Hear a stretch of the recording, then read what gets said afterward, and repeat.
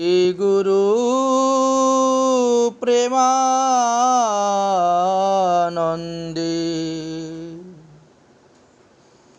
নিতাই গৌর সীতানাথ হরি হরি বল। গুরুবে গৌরচন্দ্রায়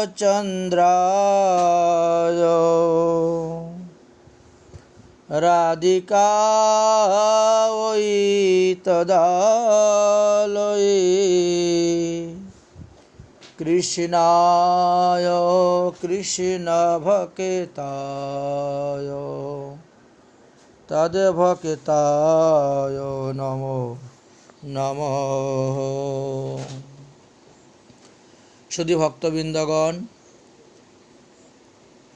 আমরা অষ্টকালীন লীলা আস্বাদন করে আসছি কয়েকদিন যাবৎ। তার মধ্যে নিশান্ত লীলা, প্রাতলীলা, পূর্বাহ্নলীলা, এই তিনটি লীলা আমরা আস্বাদন করেছি। গতকালকে আমরা মধ্যাহ্নকালীন লীলা আস্বাদন করতে প্রবৃত্ত হয়েছিলাম। তখন সেখানে কুসুম সরোবরে শ্রীকৃষ্ণের বংশীচুরি লীলার কথা আস্বাদন করতে গিয়ে আমরা জানতে পারলাম যে শ্রীকৃষ্ণের বংশীটি এক হইতে অন্যের কাছে এইভাবে যেতে শুরু হলো। শ্রী গোবিন্দ বংশীটিকে প্রাপ্তির জন্য অনেক চেষ্টা করলেন, কিন্তু বংশী এখনও তিনি পেলেন না। অবশেষে বিশ্বকাশকী বললেন, হে কৃষ্ণ, আমি তোমার বাঁশি প্রাপ্তির ব্যবস্থা করে দিতে পারি, তবে তুমি আমায় কি দিবে? আর যে ব্যক্তি বাঁশিটি চুরি করেছে তাকে তুমি কি দণ্ড দিবে সেটা আমাকে বলো। শ্রীকৃষ্ণ বললেন, যে আমার বাঁশির উদ্দেশ্যটি বলে দিবে আমি তাকে পুষ্পমালা, মণিমালা, কামরাঙ্গা ফল, চুম্বক রত্ন প্রদান করিব। এই সমস্ত শব্দের ভিতরে আরেকটি অর্থ লুকিয়েছিল। এই কথাগুলি তর্জার আকারে ভগবান শ্রীকৃষ্ণ বলেছেন। যেমন শুনলে পরে একরকম অর্থ বলে মনে হয়, কিন্তু ওর ভিতরে অন্যরকম অর্থটি লুকিয়েছিল। অর্থাৎ এখানে পুষ্পমালা বলতে শ্লেষে আলিঙ্গন করা,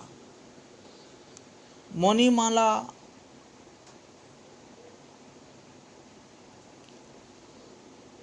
বা কামরাঙ্গা ইত্যাদি শব্দে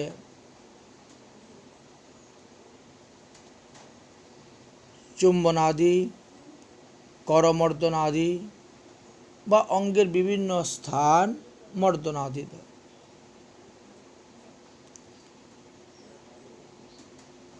চুম্বক রত্ন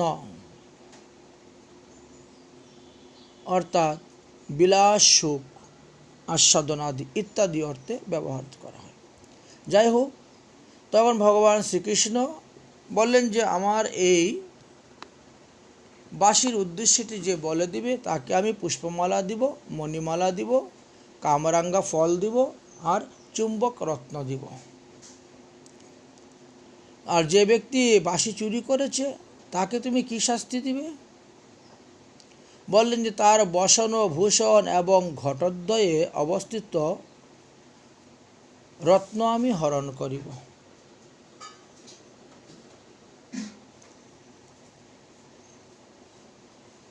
ও কন্দর্প দণ্ডের জন্য ভুজপার্শ্বে বন্ধন করে তাকে নিযুক্ত করিব। নিকুঞ্জ কারাগারেতে আমি তাকে প্রবেশ করাইয়া রাখিব। একথা শ্রবণে বিশ্বকাশকী বললেন, হে ব্রজনন্দন, তোমার বিচার উপযুক্ত বটে। তুমি যখন পুষ্পমালা, মণিমালা, কামরাঙ্গা ফল ও চুম্বন রত্ন দিতে প্রস্তুত, তাহলে আমি তোমাকে বাঁশির সন্ধানটি বলে দেব। তবে বাঁশিটি তোমার হস্তগত হয়ে গেছে বলে তুমি জেনে নাও। বিশ্বকাশ্যপী বড় চালাক। তিনি শ্রীকৃষ্ণের কথার মর্মার্থ বুঝে নিয়েছেন। এই জন্য তিনি মিছামিছি তিনি বলে দিচ্ছেন যে এই যে বাঁশিটি, ওটা কিন্তু তোমার বৌদি কুন্দলতার কাছেই আছে। সুতরাং তুমি যে যে বস্তু উপহার দিবে বলেছিলে, সেইগুলো আগে তোমার বৌদি কুন্দলতাকে গিয়ে দাও। তাকে প্রদান করো, তাকে জিজ্ঞাসা করো বংশীচোর কে। অতঃপর বিশাখা কুন্দলতাকে সম্বোধন করে বলছেন, হে কুন্দলতে, আজ তোমার বড় সৌভাগ্যের উদয় হয়েছে। তোমার বহু বস্তু লাভ উপস্থিত। স্বীয় দেবরকে বংশীর উদ্দেশ্যটা বলে দিয়ে ওই সমস্ত অপ্রাকৃত বস্তু তুমি তার কাছ থেকে লাভ করে নাও। বড় অপূর্ব হাস্য পরিহাস্যর মধ্যে দিয়ে মধ্যাহ্নকালীন লীলাটি অতিবাহিত হচ্ছে।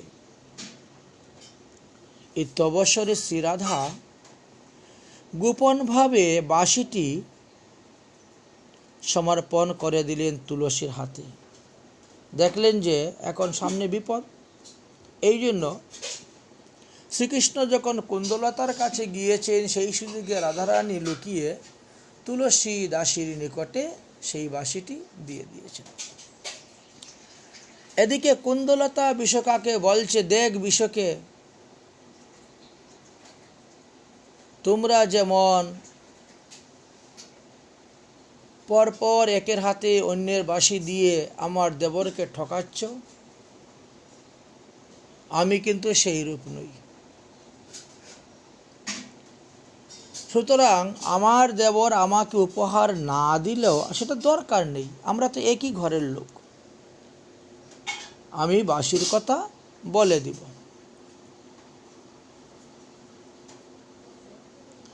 দেখো, আমার দেবরের যে ধন, সেটা তো আমারই ধন।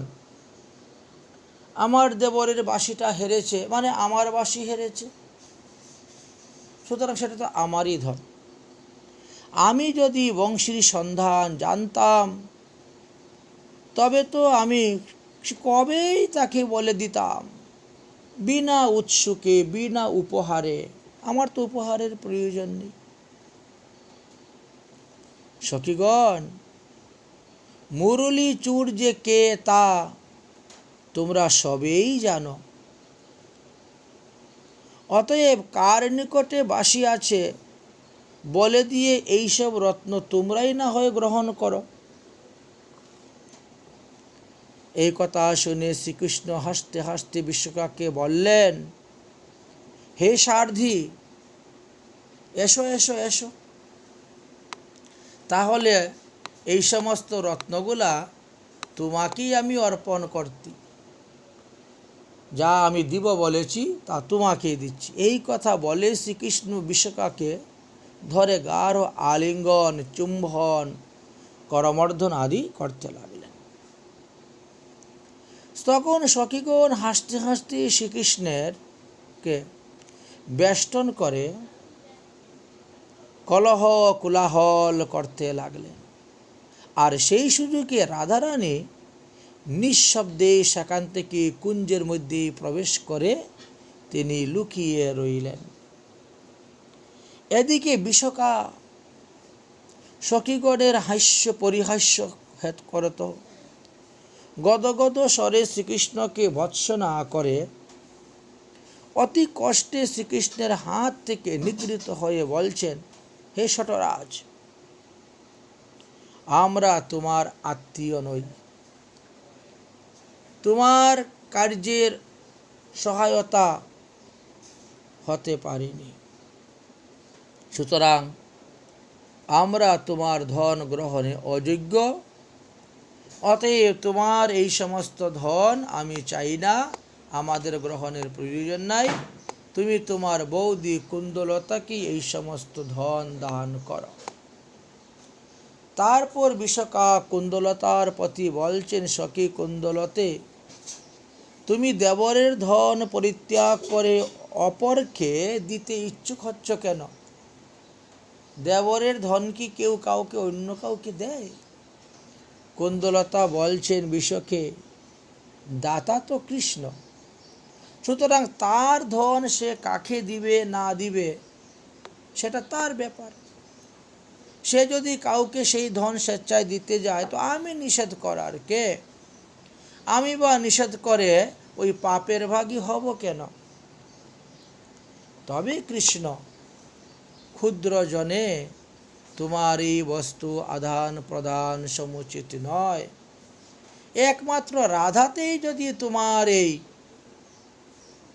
বস্তুটি দান করতে পারো তবেই যুক্তিসঙ্গত হয়। অতএব বাঁশিটি রাধার কাছেই আছে, যাও তাকে গিয়ে তোমার এই বহুমূল্য ধন উপহার দিয়ে তুমি বাঁশিটি নিয়ে আসো। তখন শ্রীকৃষ্ণ নয়নভঙ্গিতে শ্রী রাধিকার দিকে তাকাতে গিয়ে দেখেন যে সেই সখীদের মধ্যে রাধারানী নেই। রাধারানীকে অন্বেষণ করতে লাগলেন, কোথায়ও খুঁজে পাচ্ছেন না। শ্রীকৃষ্ণ তখন বৌদি কুন্দলতার মুখের দিকে তাকাচ্ছেন, যাতে বৌদি ইঙ্গিত করে তিনাকে বলে দেয় যে রাধারানী কোথায় লুকিয়ে আছে। তাই শ্রীকৃষ্ণ বারবার বৌদির মুখটাকে অবলম্বন করে আছেন। শ্রী রাধা যে কুঞ্জে গোপনভাবে লুকিয়ে আছেন ওটা শেষ পর্যন্ত কুন্দলতা ইঙ্গিতের দ্বারা চোখের ইশারা দিয়ে বুঝিয়ে দিলেন।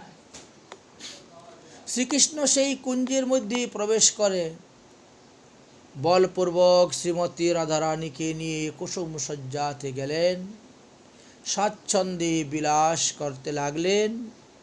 তখন কুন্দলতার সহিত সখীগণ গিয়ে কুঞ্জের গবাক্ষ দ্বারের তারা দর্শন করলেন।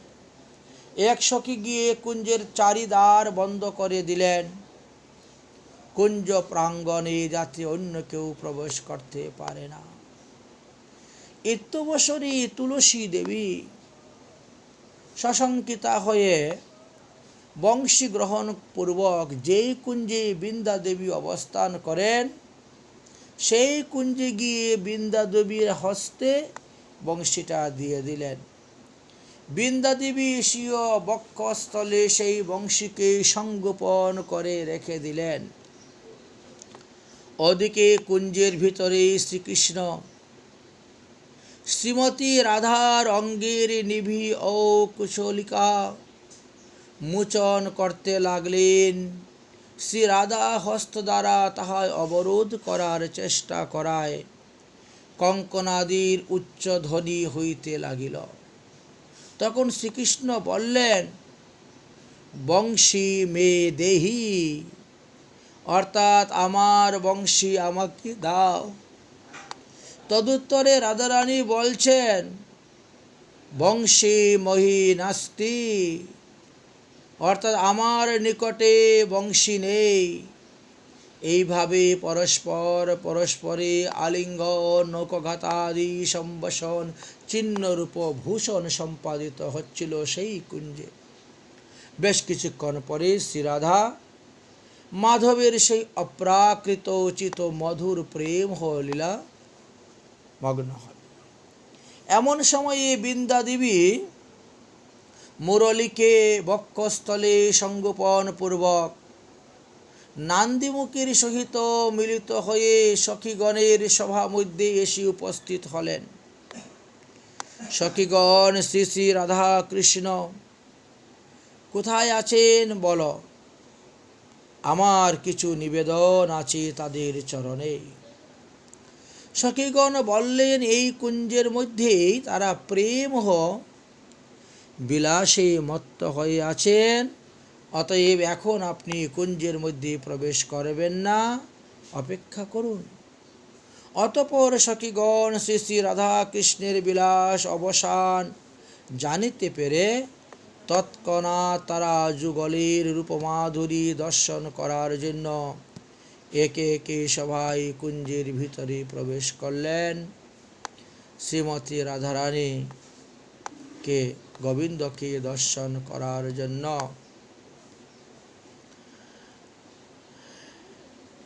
সেই যে লালসা উৎকণ্ঠা, তাই কুঞ্জের কপাট উন্মোক্তন করে কুঞ্জ ছিদ্রের নয়ন দিয়ে দেখতে লাগলেন।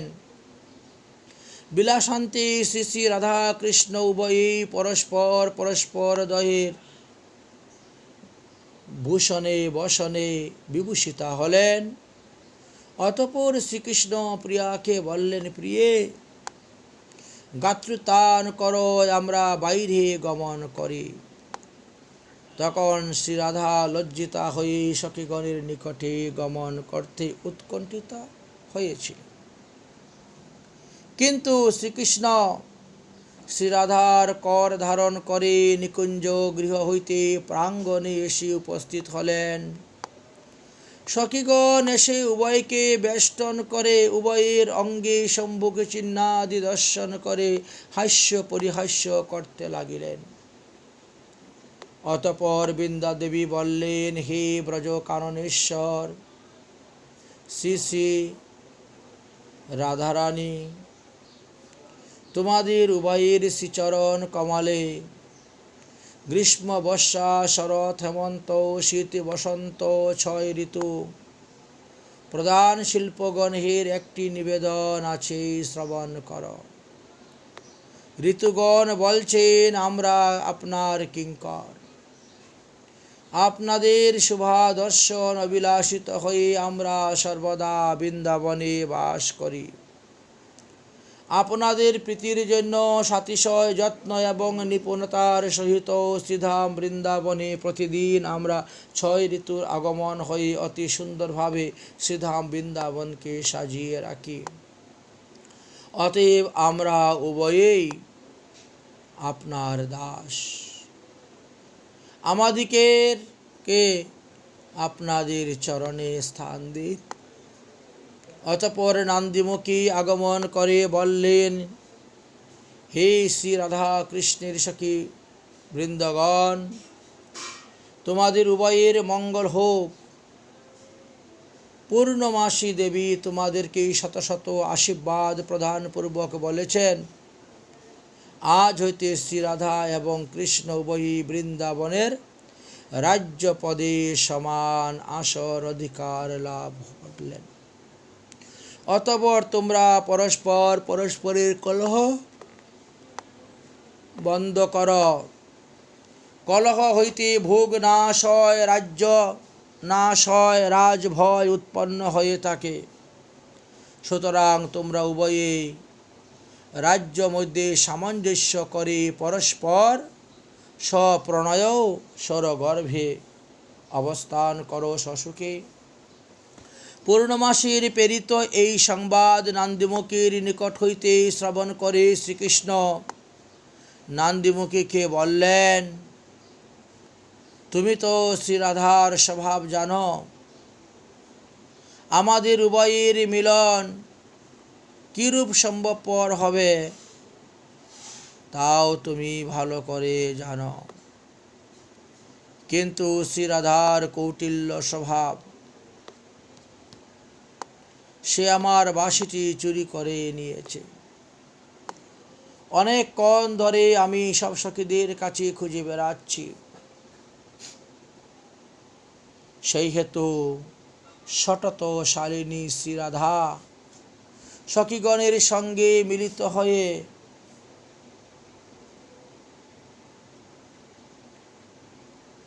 আমাকে নির্ধন করে দিয়েছে। আমার সর্বস্ব ধন শ্রীবাসীটি অপহরণ করে নিয়েছে। ইহা কর্তৃক অদ্য আমার বাসী অপহরণ হয়েছে, এটা আমি নিশ্চিত। কিন্তু তার সমস্ত বসন ভূষণ সব পরীক্ষা নিরীক্ষণ করলাম, কিন্তু বাসীটি কোথায় পেলাম না। নন্দীমুখী বলছেন, কৃষ্ণ, তবে এর বিচার হওয়া প্রয়োজন। উপযুক্ত বিচার হোক, আমি তোমার সঙ্গে আছি। তা শুনে ললিতা সখী বলছেন, শুভ সভাবৃন্দ, সতীগণের ধর্মনাশের দীক্ষিতা শ্রীকৃষ্ণকে আমরা দেখিনি। আর যদি সেই বাসী কোনোদিন সৌভাগ্যক্রমে আমাদের হস্তগত হয়, তবে আমরা ওটাকে ভেঙ্গে যমুনার জলে ভাসিয়ে দিব। শ্রী রাধারানী বলছেন, চলো চলো সখীগণ, আমরা এখানে থেকে কি লাভ, আমরা বরং বনের শোভা দর্শন করি।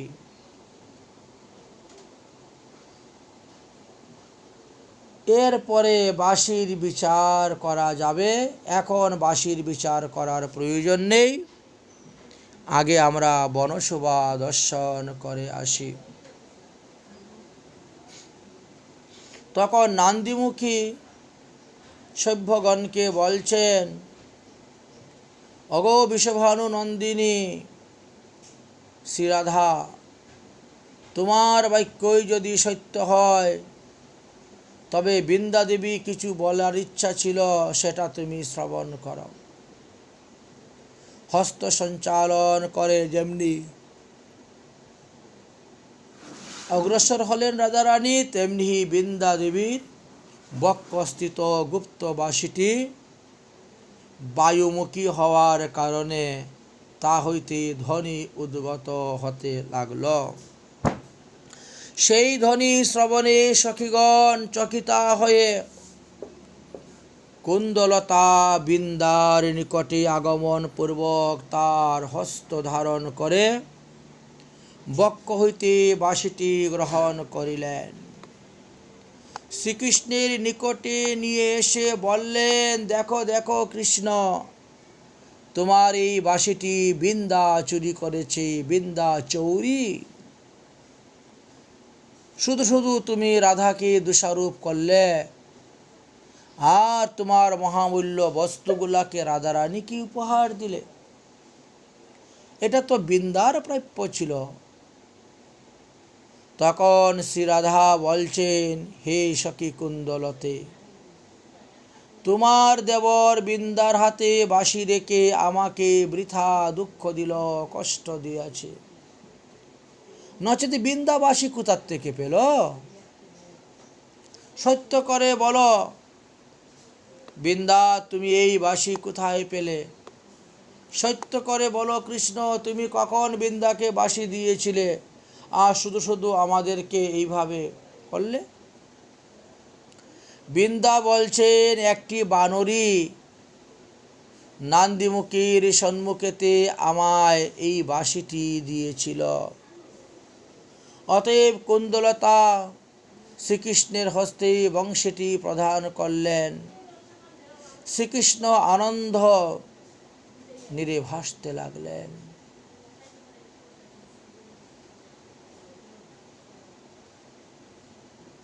শ্রীকৃষ্ণ তখন মনের আনন্দে বংশীটিকে বাজাতে শুরু করলেন। সেই বংশীধ্বনি শ্রবণ করে স্থাবর জঙ্গম তাদের ধর্মগুলাও বিপরীত হয়ে গেল। অবলাগণের মনে হইতে লাগলো যেন কামবানে তারা জর্জরিত হচ্ছেন। বৃন্দাবনে এককালীন বিকাশ প্রাপ্ত হয়ে শর ঋতু অতি মনোহর শোভা বিস্তার করতে লাগলেন।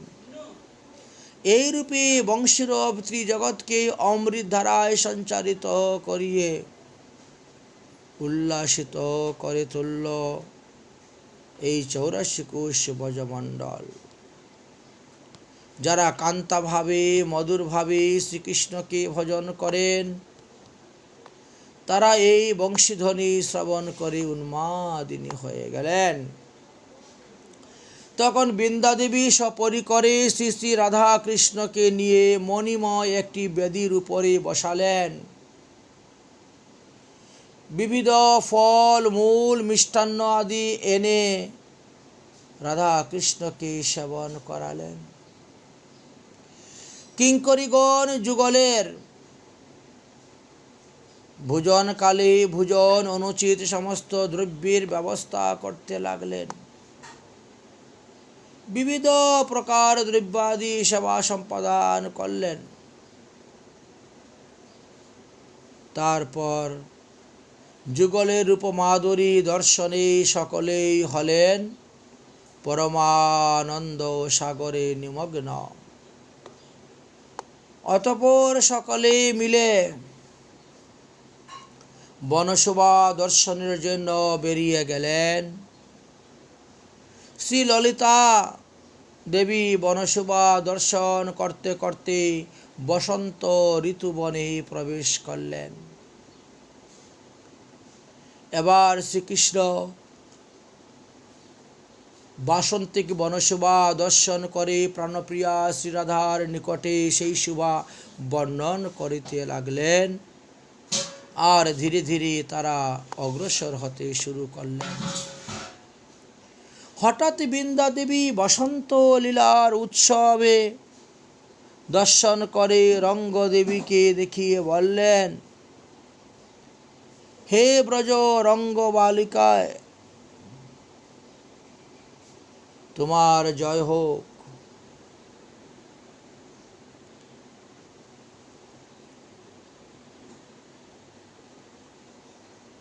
এই বনে বসন্ত বন বা লক্ষ্মী বাস করিতেছেন। তোমাদের হরি খেলার জন্য অগরু কেশর প্রভৃতি পৃথক পৃথক ভাবে নিয়ে আসো এবং একটি পাত্রের মধ্যে মিশ্রিত করেও নিয়ে আসো। আরেকটি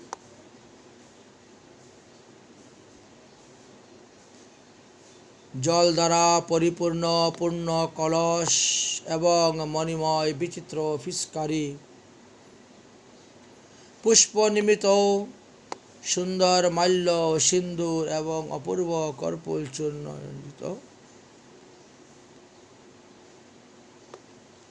সেই সমস্ত দ্রব্য সংগ্রহ কর।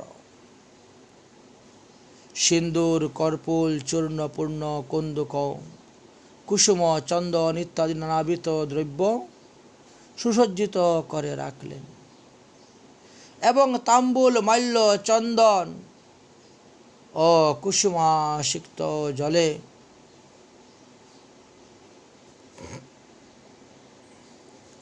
প্রভৃতি রাখলেন। তোমাদের ভোগ্য সামগ্রীগুলা পৃথক পৃথকভাবে স্বর্ণ পাত্রে সুসজ্জিত করে রাখো। বৃন্দার বাক্য শ্রবণ করে সখীগণ সহ শ্রী রাধা শ্রীকৃষ্ণের অঙ্গ সঙ্গ লাভের জন্য রঙ্গবেদিতে আরোহণ করলেন। উভয়েরই এক পাশে দাঁড়িয়ে অপূর্ব রঙ্গ খেলা দর্শন করতে লাগলেন। ওহো, সেই ক্রিয়া কি অপূর্ব মাধুর্য ছিল! ব্রজ সুন্দরী গণের সূক্ষ্ম আর্ধ বস্ত্রেতে তৎ সমুদয় হবে বিকাশিত। অঙ্গ প্রত্যঙ্গের মাধুর্য দর্শনে শ্রীকৃষ্ণের মন নয়ন হল আপ্লাবিত।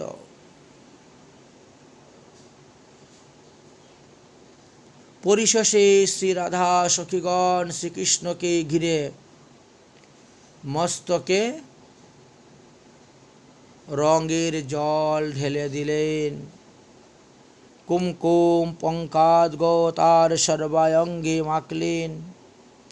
আবিরে মুখমণ্ডল লেপন করতে লাগলেন। এইভাবে মধ্যাহ্নকালে সখীগণ শ্রী গোবিন্দের সঙ্গে অপূর্ব লীলা করে হোলি লীলা অনুসারে লীলা করলেন। যখন যে লীলা, সেই লীলা অনুসারে মধ্যাহ্নকালে রাধা গোবিন্দের সেই লীলা খেলা হয়ে থাকে। করুণাময়ী শ্রীমতী রাধারানী কান্তির এতাদৃশ্য দৃশ্য দর্শন করে বলছেন, ওহু, আমার প্রাণনাথকে কি এমন করতে হয়? ছাড়ো ছাড়ো সখীগণ, ছাড়ো, তোমরা সকলে মিলে আমার প্রাণনাথের অবস্থা কি করেছ। এই কথা বলে সুহাগ বরে রাধারানী স্বীয় চঞ্চল হয়ে গিয়ে গোবিন্দকে ধরলেন। নিজের বস্ত্রের অঞ্চলে গোবিন্দের মুখটাকে মুছিয়ে দিলেন, বদনে তাম্বুল প্রদান করলেন। এই রূপে হোলি লীলা শ্রী রাধা কৃষ্ণ সখীবৃন্দের মধ্যে হল। খেলতে খেলতে তাদের বেশভূষা বিগলিত হয়ে গেল, বস্ত্র আদি রঙেতে সিক্ত হয়ে গেল। তা দর্শন করে বৃন্দা দেবী রং খেলা বন্ধ করতে বললেন এবং রঙ্গদেবীর সঙ্গ দ্বারা বস্ত্র অলঙ্কার মাল্য ভূষণাদি চন্দনাদি সব আনিয়ে রাধা কৃষ্ণ ও সখীগণকে নানা ভূষণে ভূষিত করলেন। অতঃপর মধুমঙ্গল সবাইকে নিয়ে গেলেন গ্রীষ্ম ঋতু বনে। সকলে মিলে গ্রীষ্ম ঋতু বনের শোভা দর্শন করতে লাগলেন। তখন মধুমঙ্গল বললেন, গ্রীষ্মকালীন বনলক্ষ্মী সুপক্ষ পিলুফল, আমলকি, পিয়াল, উত্তম পনস, বিল্ল, তাল বীজাদি ফলসমূহ তোমাদের সেবা করতে হবে, এটাই আমার অভিলাষ।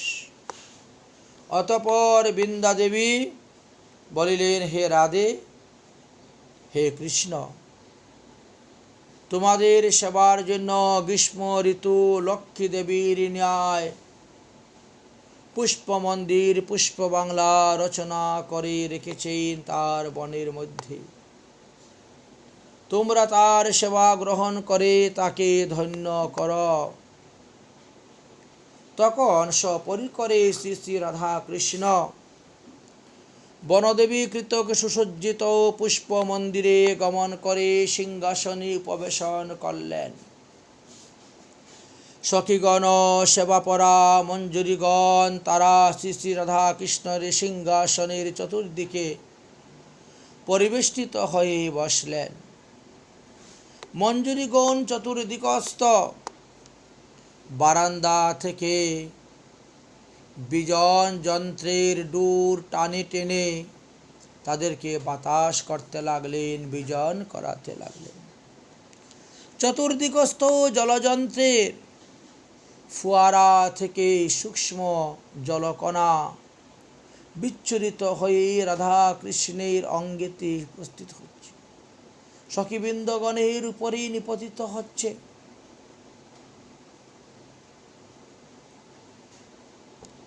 এইভাবে বেশ কিছুক্ষণ চলতে থাকল। তাদের সূক্ষ্ম বসনগুলা তিক্ত হয়ে গেল। অপূর্ব অঙ্গ মাধুরী ফুটে উঠল রাধা কৃষ্ণের এবং সখীগণের। বৃন্দা দেবী পুনরায় বনদেবীর দ্বারা সূক্ষ্ম শতবসন মাল্য কুসুম মালিকা ইত্যাদি আনয়ন করলেন। শ্রী গোবিন্দকে তিনি নববস্ত্র দান করবেন সেই আশাতে।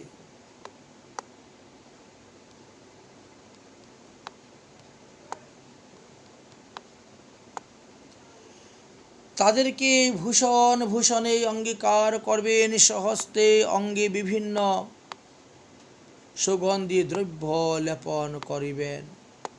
এই তো তার বাসনা। তাই তিনি পৃথিবীরে সেবা করবেন। বিবিধ ফল মূল, বিবিধ ফলের রস প্রভৃতি প্রস্তুত করে রেখেছেন এবং শ্রীকৃষ্ণের অঙ্গে অধরে অর্পণ করবেন। সুবাসিত তাম্বুল মল্লিকার মালা গেঁথে রাধা কৃষ্ণের গলাতে পরাবেন।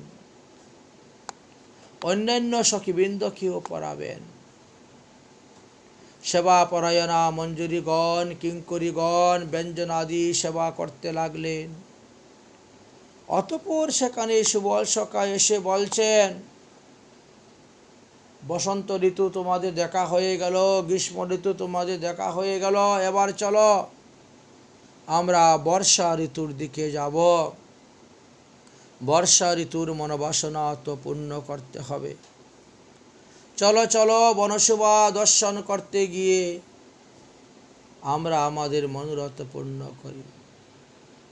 সুবলের কথায় সকলে মিলেই তখন বর্ষা ঋতুর বনশোভা দেখার জন্য গিয়ে উপস্থিত হলেন।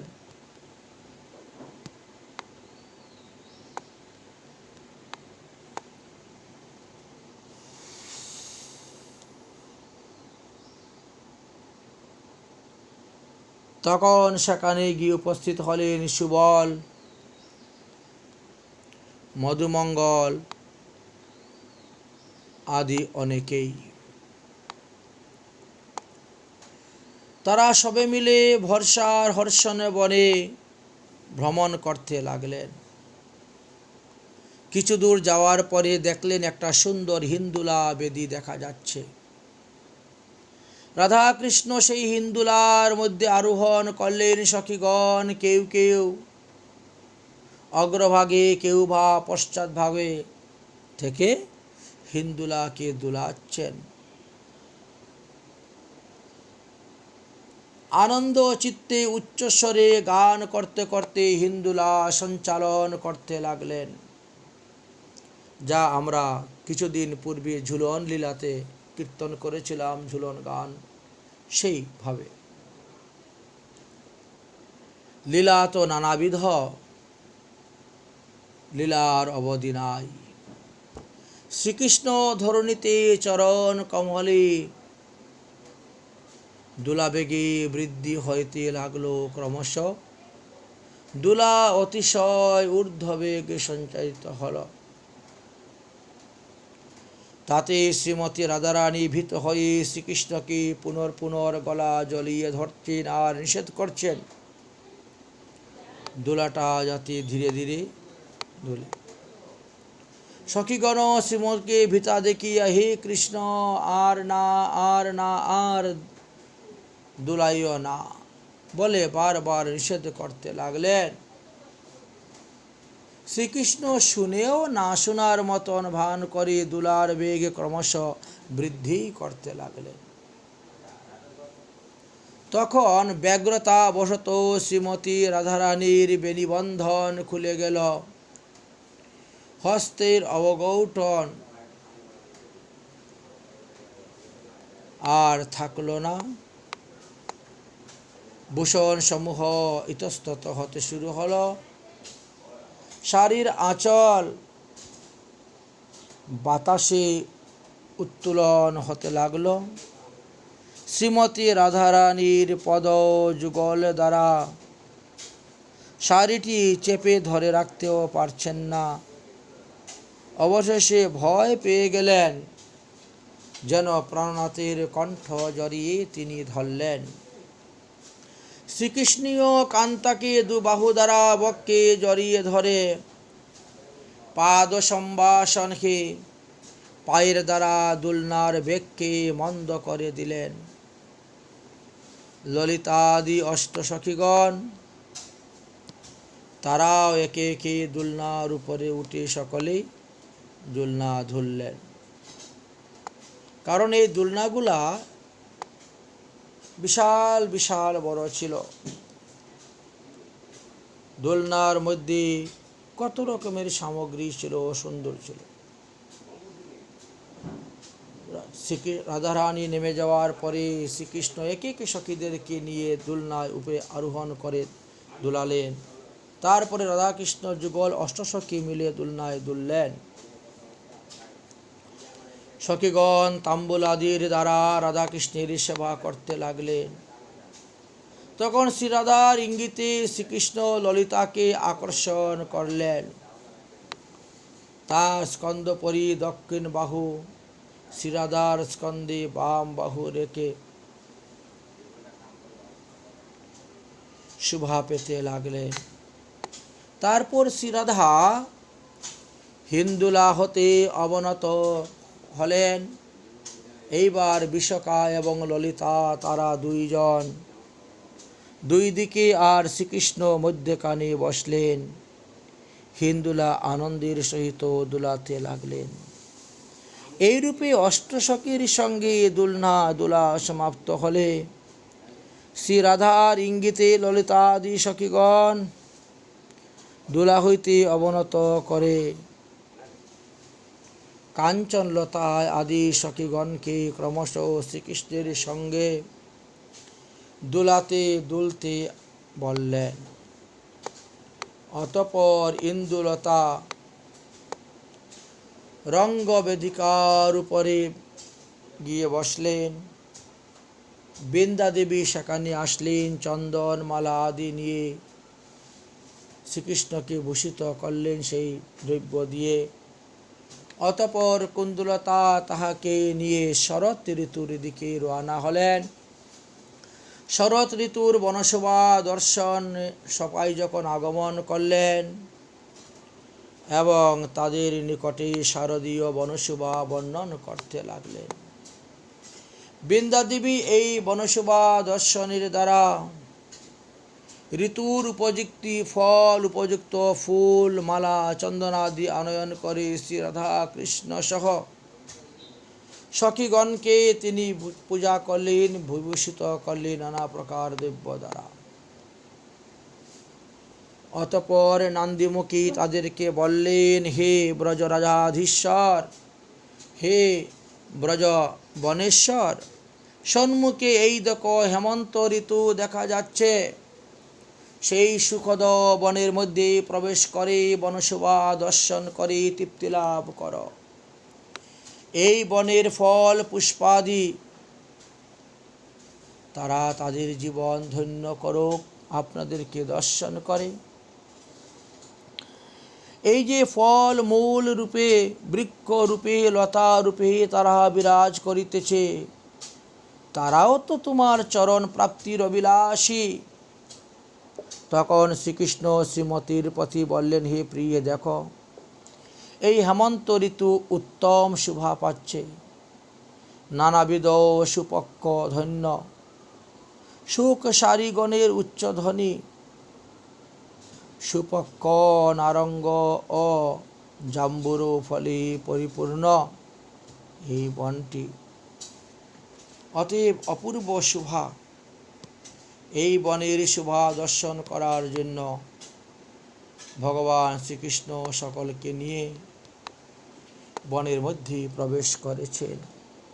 বৃন্দাদেবী তাদের অগ্রবর্তী হয়ে ক্রমে ক্রমে বনের যেখানে যেই অপূর্ব রমণীয় শোভা আছে তা দর্শন করাতে করাতে বললেন, ওই দেখো সামনে শীত ঋতু দেখা যাচ্ছে।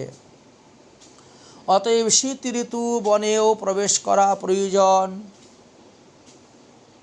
ভূভাগ দেখিয়ে বললেন, হে রাধে, হে কৃষ্ণ, দেখো দেখো কি অপূর্ব শোভা পাচ্ছে এই বনভূমি। বৃন্দার বাক্যে আনন্দিত হয়ে শ্রীকৃষ্ণ রাধার প্রতি বলছেন, হে সুন্দরী, চলো চলো আমরা শীত ঋতুকে দর্শন করে আসি, তার বনশোভা উপভোগ করব। চলো এই বনটি ঘুরব। অতঃপর বৃন্দা দেবী জবা মঞ্জুরি দুইটি কর্ণা বসন্তক প্রদান করলেন শ্রীকৃষ্ণকে। শ্রীকৃষ্ণ তাহা প্রাপ্ত হয়ে পুলকিত হয়ে প্রেমকম্পিত হয়ে শ্রীমতী রাধারানীর কর্ণেতে তাহা পরিয়ে দিলেন এবং শ্রী রাধা এবং কৃষ্ণের কর্ণেতে অপূর্ব পুষ্পরাজি শোভা পাইতে লাগিল। শ্রীরাধা এবং কৃষ্ণের কর্ণের মধ্যে দুদুল্যমান কুন্দ কুসুম কর্ণভূষণ রূপে শোভা পেতে লাগল।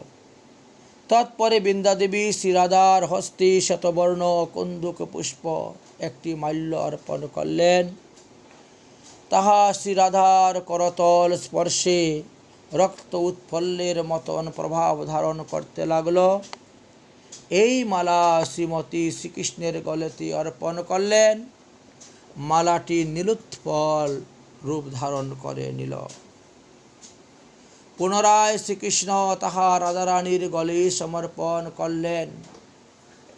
চম্পক মালার কান্তি ধারণ করছেন। একই শ্বেতবর্ণ কুন্দুমালাটি সঙ্গে সঙ্গে ত্রিবিধ বর্ণ ধারণ করলেন। অর্থাৎ মালা যখন যার কাছে যায় তখন সেইভাবে বর্ণ ধারণ করে, সেইভাবে গন্ধ প্রভাবিত করতে থাকে। অতঃপর শ্রী বৃন্দা দেবী বললেন, হে রাধে, হে কৃষ্ণ, শীত ঋতু লক্ষ্মীর অগ্রবর্তী কুসুম মণ্ডপে নানা উপকরণ সুসজ্জিত রয়েছে। এগুলা সব তোমাদের সেবার জন্য।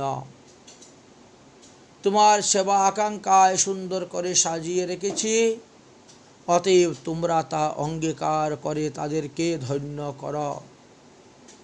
তৎশ্রবণে শ্রী রাধা এবং কৃষ্ণ কুন্দু মণ্ডপে গিয়ে উপবেশনে করলেন। সুকুসুম গদ্ধি বালিশ শীত বস্ত্রাদি অগ্নিপাত্র প্রভৃতি সমজ্জিত দেখে তাহারা উপবেশন করলেন।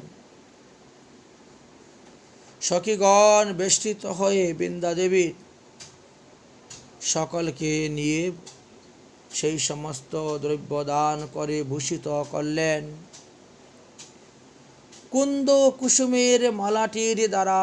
অতঃপর শ্রী বৃন্দাদেবী বললেন, হে রাধে, হে কৃষ্ণ, তোমরা অগ্রবতী হয়ে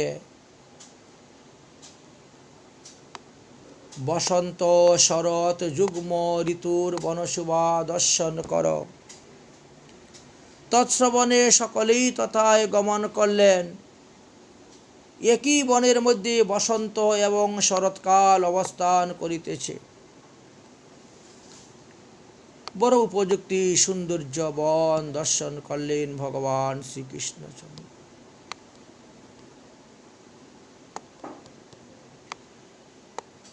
এইভাবে বন হইতে বনান্তরে বনে বনে দর্শন করতে শুরু করছে।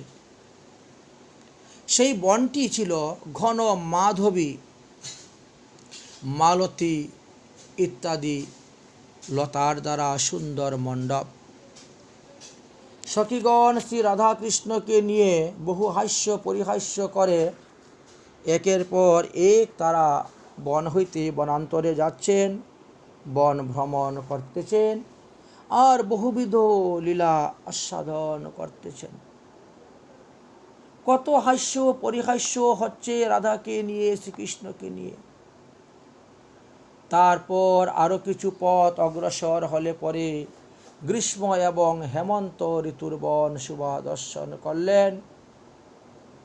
সকলেই বললেন যে এই নবমল্লিকা পীতঞ্জিটি পুষ্পমণ্ডপে একটু বসি, বনের শোভা দর্শন করি। কিছুক্ষণ পরে সকলে এখানে পুষ্পচয়ন আদি কার্যত সমাপ্ত করে বর্ষা এবং শীত ঋতুর বনেতে প্রবেশ করলেন। সেখানের বনশোভা দর্শন করে আনন্দ লাভ করলেন। সপরিকরে রাধাকৃষ্ণ জ্যোতি কুন্দুক আদি মণ্ডপের মধ্যে গিয়ে বসলেন। তখন শ্রীকৃষ্ণ রাধারানী কে সঙ্গে করে নিয়ে এখন তারা লুকলুকি খেলার আনন্দেতে মেতে উঠলেন। সেই বনেতে লুকলুকি খেলার ইচ্ছা প্রকাশ করলেন। লুকলুকি খেলা শুরু হল।